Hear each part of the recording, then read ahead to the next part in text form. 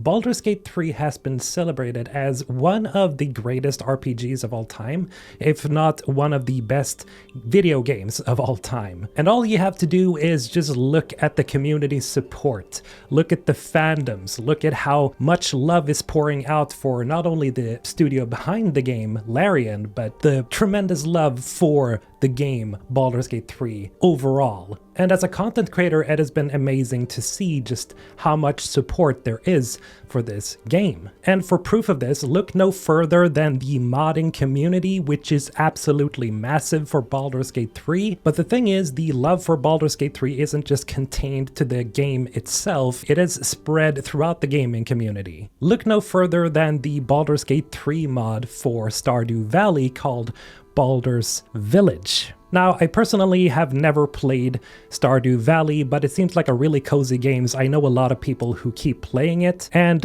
just looking at the mod's Nexus page, it seems like a really cool and ambitious take on Baldur's Gate 3, but it's sort of imported to the world of Stardew Valley, where you can have Astarion in your village, you can have Shadowheart in your village, and some of the other companions as well. And this mod has been celebrated not just by the community, but by the head honcho himself over at Larian, Sven Vink. You see, around a month ago, Sven first showed support for this mod by reposting an announcement made by the mod author saying that the mod was now out and that you could download it. And he said, "So much love went into this, amazing work." This was, of course, then shared and seen by at least over 100,000 people, meaning that this post, this support that Sven showed, had some pretty large reach for both Baldur's Gate fans and for fans of Stardew Valley. However, not everybody was super excited for this announcement, and that somebody turned out to be Wizards of the Coast.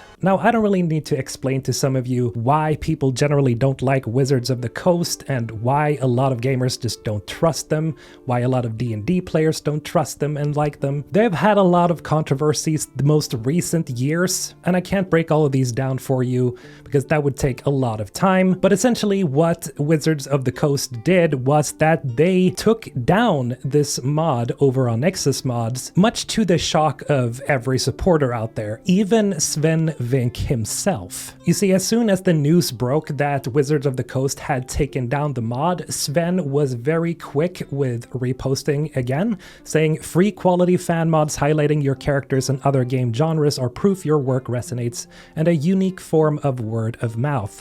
In my honest opinion, they shouldn't be treated like commercial ventures that infringe on your property." And apparently the reason seems to be, according to PC Gamer at least, that the mod was misusing characters or intellectual property. Now, according to PC Gamer, it seems that Nexus mods were fighting hard to keep the mod up for the mod author and for the thousands of fans who probably used this mod, and their team stayed hopeful that it was just an oversight from WOTC. Sven also followed up on his tweet saying, "Protecting your IP can be tricky, but I do hope this gets settled. There are good ways of dealing with this." And just after Sven had defended the mod and the mod authors, well, wouldn't you guess it, WOTC reverted their decision and let the mod stay up. And according to IGN, Wizards of the Coast actually came out with a press statement saying, "The Baldur's Village DMCA takedown was issued mistakenly. We are sorry about that. We are in the process of fixing that now so fans and the Stardew community can continue to enjoy this great mod."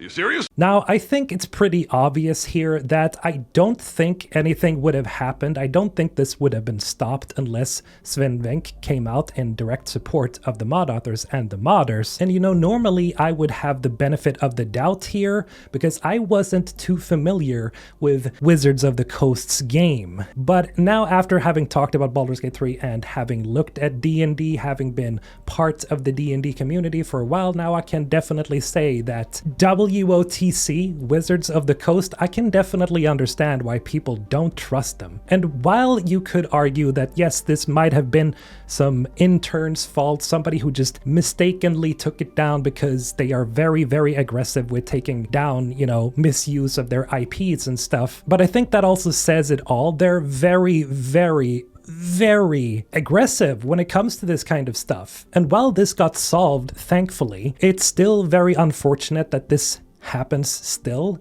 and this is one of the primary reasons why people just don't trust publishers like this. I personally don't think that this was a mistake. I think they just took it down, but they didn't expect the type of blowback that happened. And the reason why I didn't talk about this and why I didn't cover this at first when it broke was because I wanted to see how the situation developed. So while I would say it's good that they pulled back the DMCA or the takedown, I had still hoped that they would follow Larian's example here and look at what Larian did and try to follow up, I guess, with good behavior. Unfortunately, it seems like they just haven't learned.